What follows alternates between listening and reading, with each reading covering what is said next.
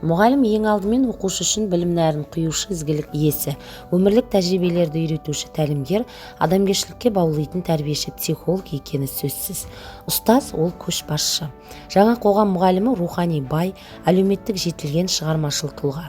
Ұстаз жолы қиыны да қызығы мол жол болса да, ұстаз болу жауапкершілігін мойныма арта отырып, әрбір шәкіртке жүрек жылуын сыйлай, олардың дербес және жеке тұлға болып қалыптасуына өз үлесімді қосуды дұрыс деп таптым.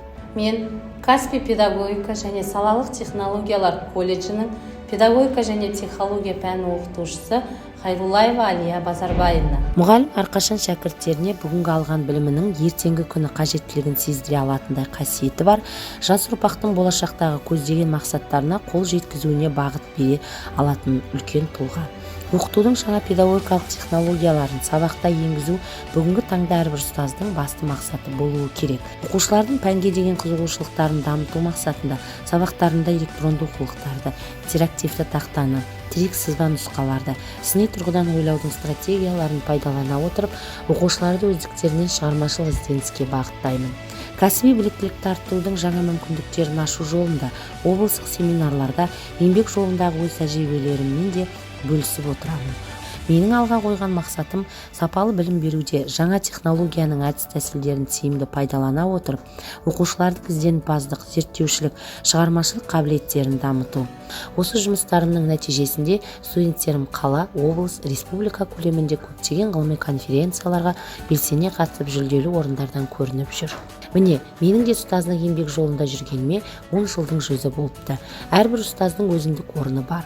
Ұстаз жолы ұлы жол демекші, оқушыларға жан-жақты, сапалы білім, жақсы тәрбие беру менің міндетім деп санаймын.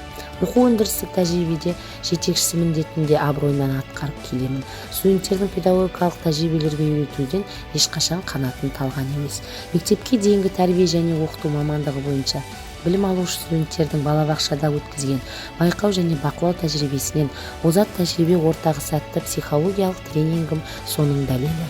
Денсаулық табиғаттың адамға берген ең басты құндылығы, салауатты өмір салтын сақтау басты ұстанымым. Сондықтан да еңбегім етумен қатар спортпен айналысуды жаныма жақын ұстадым және шәкірттеріме де үнемі спортпен айналысуға кеңес беріп жүремін. Бүгінгі жас ертеңгі ел тізгінін ұстайтын тұлға. Алдымдағы әрбір шәкіртімнің жеке қабілетіне және кәсіби біліміне сай тұлға болып қалыптасуына, еліміздің өсіп өркендеуіне сүйіспеншілігін оята алсам, мен өзімді бақытты ұстаз санаймын.